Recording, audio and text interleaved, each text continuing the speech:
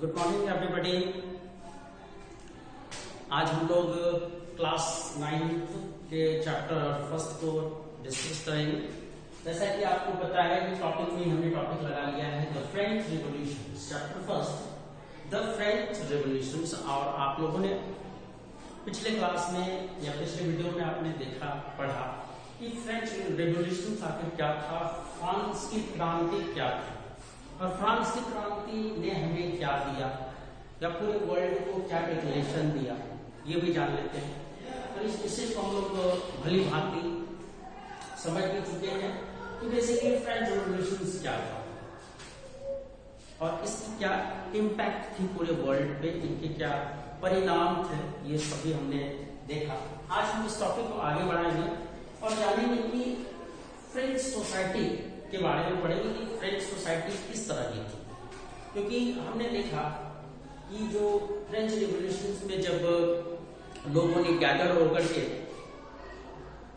क्या बोलते कि फ्रेंच जो कैपिटल सिटी थी, फ्रांस की कैपिटल सिटी पेरिस थी, और पेरिस में जब लोगों ने गैदर होकर के जो मोनार्की जो थी या वहाँ के जो किंग थे लुई 16 उनके खिलाफ और उनके अगेंस्ट में कुछ प्रोटेस्ट किया और उन लोगों ने बहुत सारी बिल्डिंग को तोड़ डाला, जेल को तोड़ डाला और इन्होंने फिर डिमांड करी कि भाई हमें जो हमारा जो स्टेट या हमारा जो कंट्री है उनको मोनार्की के जगह पे डेमोक्रेसी लाई जाए।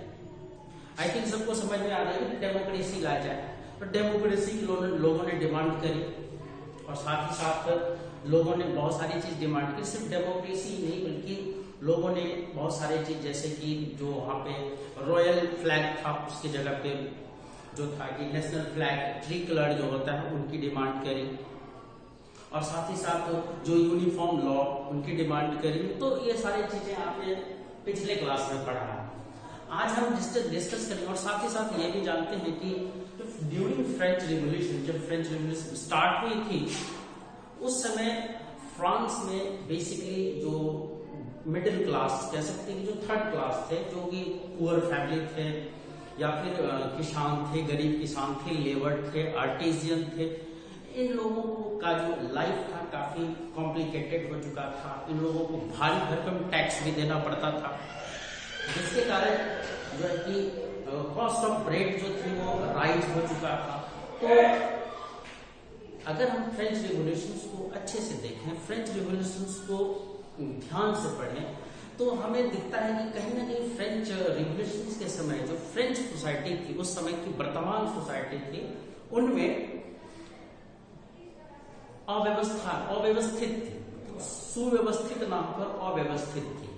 और ये अव्यवस्था ये जो अनबैलेंस्ड कह सकते हैं, मतलब जो व्यवस्थाएं थी या फिर क्या बोल सकते हैं, जो बनावट कह सकते हैं कि समाज की बनावट, अगर सामाजिक स्तर पर जो समाज की बनावट है अगर वह इक्वल ना हो, हमारे समाज में इक्वलिटी ना हो, तो हमारा समाज जल्दी डिस्ट्रॉय हो जाती है और लॉन्ग लास्टिंग एग्जिस्ट नहीं करती है। तो आगे हम देखते हैं कि हमारा जो फ्रेंच रिवॉल्यूशन के समय फ्रांस की सोसाइटी की बनावट क्या थी। आज हम पढ़ेंगे समाज की जो बनावट थी उसके बारे में पढ़ेंगे।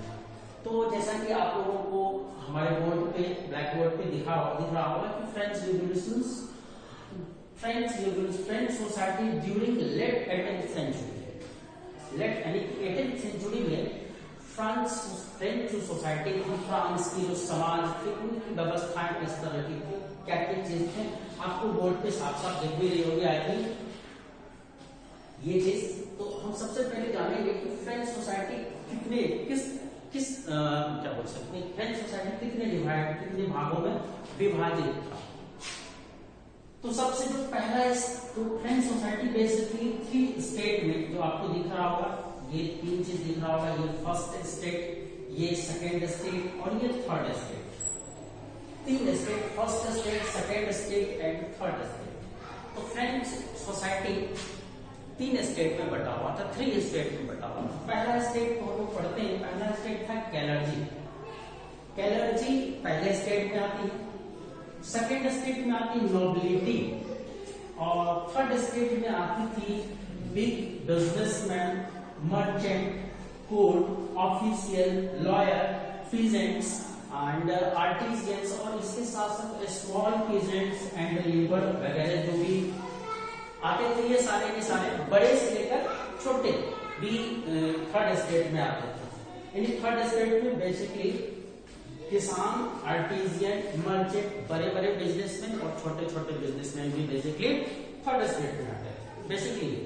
लेकिन अगर हम बात करें क्लर्जी और नोबिलिटी की, तो आपको मेरे बच्चों, मेरे प्यारे बच्चों, आप ये जान लो कि जो फ्रेंच रिवॉल्यूशन का जो सबसे बड़ा फ्रेंच सोसाइटी का कह सकते हैं कि अव्यवस्थित ढंग, या फ्रेंच सोसाइटी में जो छोटे क्लास के लोग थे, मिडिल क्लास के लोग थे, गरीब क्लास के लोग थे, उन लोगों ने ही फ्रेंच जो गवर्नमेंट थी, रॉयल गवर्नमेंट थी, लुई 16 थी, उनके अगेंस्ट में प्रोटेस्ट करना चालू किया।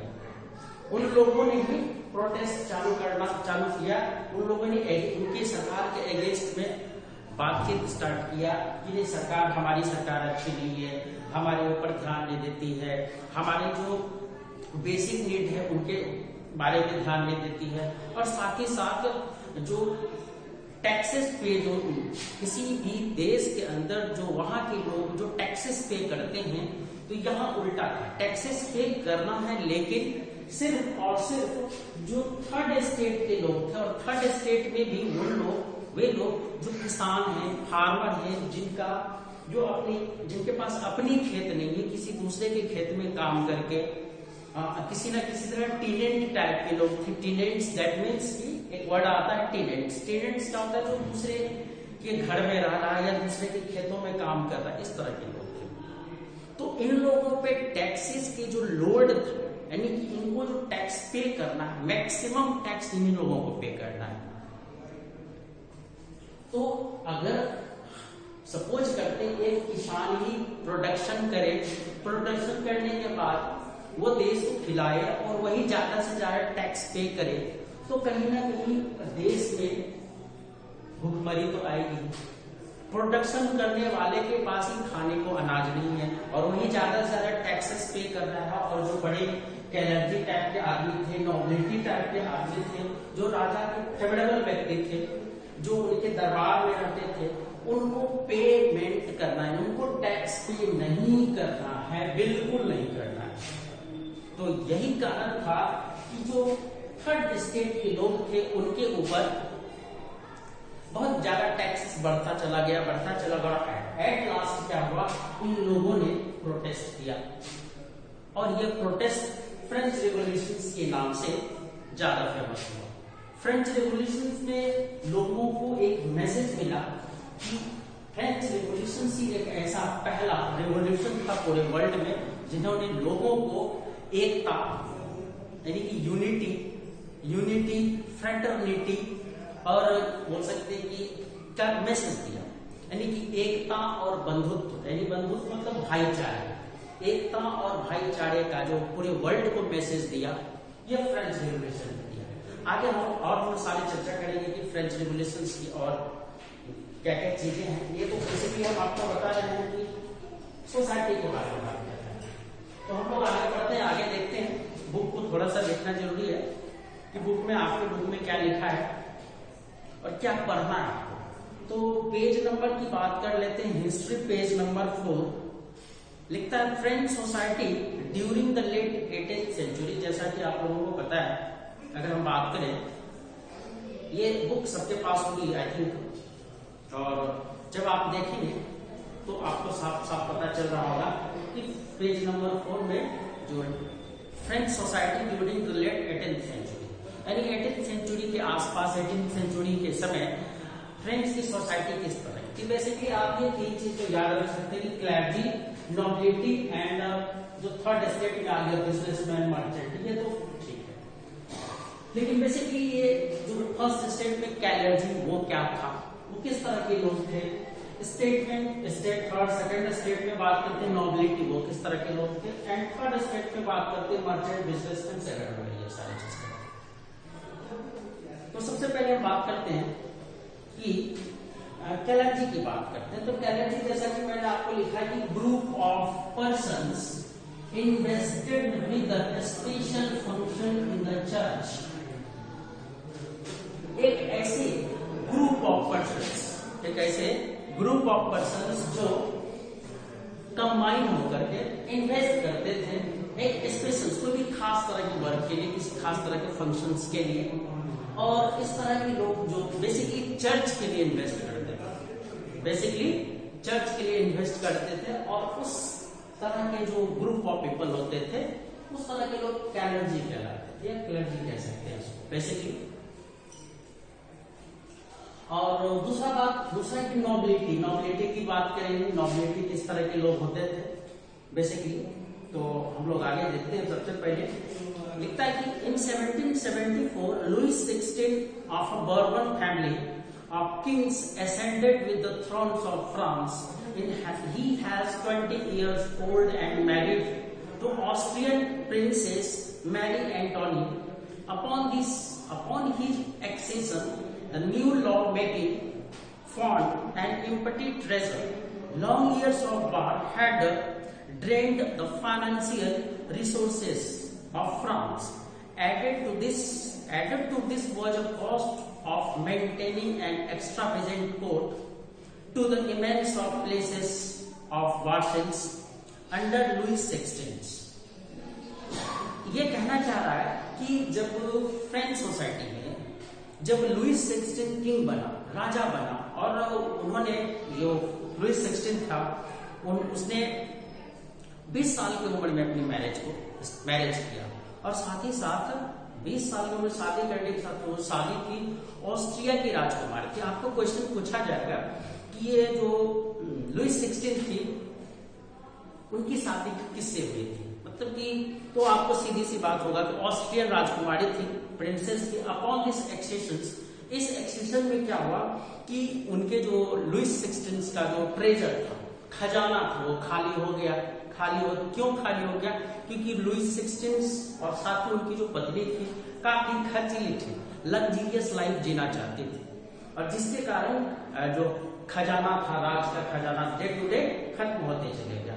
और बहुत सारे वार भी थे, जिसके कारण वार में बहुत सारे चीज का, बहुत सारे वेल्थ का जो है एक्सपेंस होना, ये सारे तो कहता है। साथ ही साथ ये था under Louis XVI, France helped the 13 American colonies to gain their independence from a common enemy.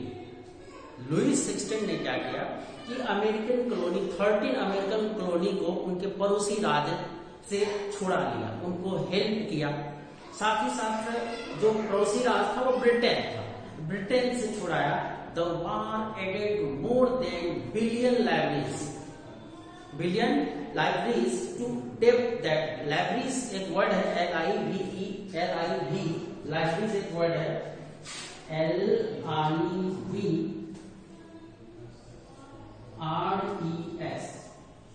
Leverage जिसको हम लोग पढ़ते हैं, लिवरेज एक तरह की यूनिट होती है, यूनिट। ये है लिवरेज, क्या है?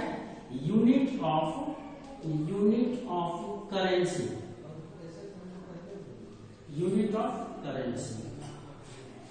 लेवरेज क्या है? एक तरह की यूनिट ऑफ करेंसी है, और इसी करेंसी के थ्रू मतलब वहां लेन देन की जाती थी। फ्रांस में लेन देन, जो आज हम लोग रुपया पैसा लेन देन में करते हैं, अमेरिका में डॉलर वगैरह होता है, यूरो होता है, तो उसी तरीके से लेवरेज जो एक तरह की क्या थी? यूनिट ऑफ करेंसी, करेंसी के यूनिट के, इसी से फ्रांस में लेन देन चलता था। तो कह सकते हैं कि बिलियन लिवरेज कर्ज के रूप में जो फ्रेंच की जो सोसाइटी या फ्रेंच का जो लुइस 16 था उस पे ये एक बहुत बड़ा भारी बोझ पड़ गया था, ऋण का बोझ पड़ते जा रहा था, और ये जो डेब्ट था डे टू डे बढ़ते जा रहा था। कहता already risen to more than the billion leverage.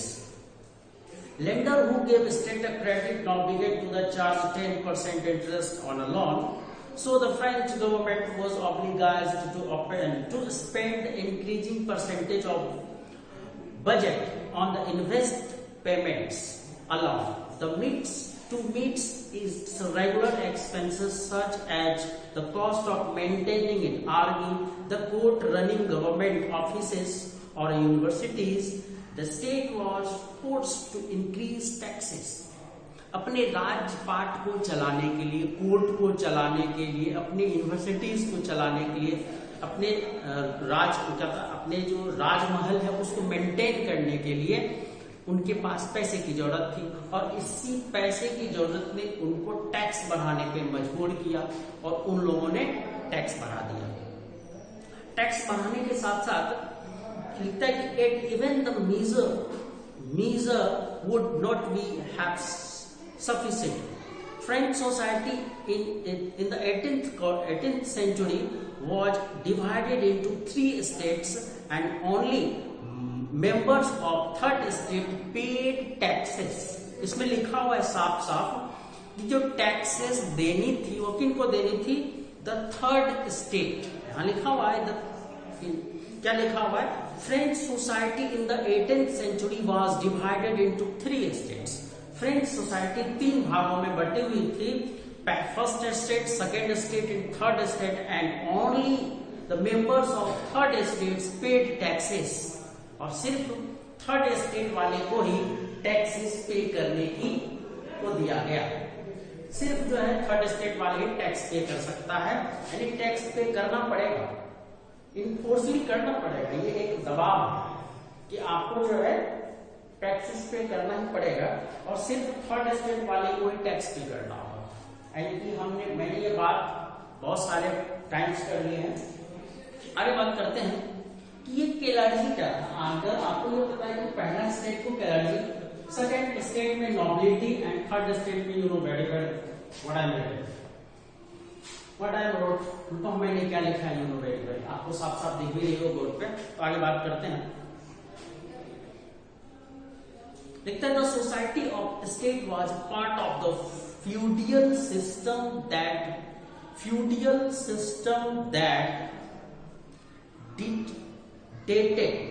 dated back to the Middle Age. The term old regime is usually used to describe the society and institution of France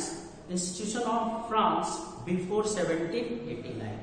1789 में क्या हुआ था सबको पता है। 1789 में फ्रेंच रेवोल्यूशन स्टार्ट हुई थी, लोगों ने प्रोटेस्ट करना चालू की थी। तो अब बात करते हैं कि क्लर्जी एंड नोबिलिटी ये क्या होता था। क्लर्जी के बारे में तो पता चल गया कि क्लर्जी जो होता था चर्च में इन्वेस्ट करता था, ग्रुप ऑफ पर्सन्स मिल करके चर्च में, किसी ने चर्च को चलाने के लिए, चर्च को अच्छी तरीके। और आपको बता दें कि जिस समय फ्रेंच रेवोल्यूशन स्टार्ट हुई थी, फ्रेंच रेवोल्यूशन स्टार्ट होने के साथ ही सबसे ज्यादा चीज क्या हुई थी कि उस समय पूरे वर्ल्ड की बात करेंगे, फ्रेंच सोसाइटी की बात नहीं करते हैं, पूरे वर्ल्ड की बात करते हैं, तो पूरे वर्ल्ड में सबसे ज्यादा चर्च का कंट्रोल हुआ करता था। पूरे वर्ल्ड में चर्च का कंट्रोल का मतलब चर्च में जो लोग बैठे होते थे, चर्च को जो चलाने वाले लोग होते थे, चर्च के अंदर जो भी मेंबर्स होते थे, वह पूरे देश को कंट्रोल करता था। यानी all countries is controlled by the churches, church के द्वारा। लेकिन धीरे धीरे फिर नोबिलिटी उसमें भी इन्वॉल्व हुआ, और नोबिलिटी का जैसे नाम से ही पता चलता है कि नोबिलिटी बेसिकली था। नोबिलिटी ऐसे लोग होते थे, कहता है the nobles further enjoyed feudal privilege, these included the feudal dues they extracted from the peasants. Peasants were obliged to render service and the Lord or to the Lord, the work of his house and field to serve the army or participate in the building roads.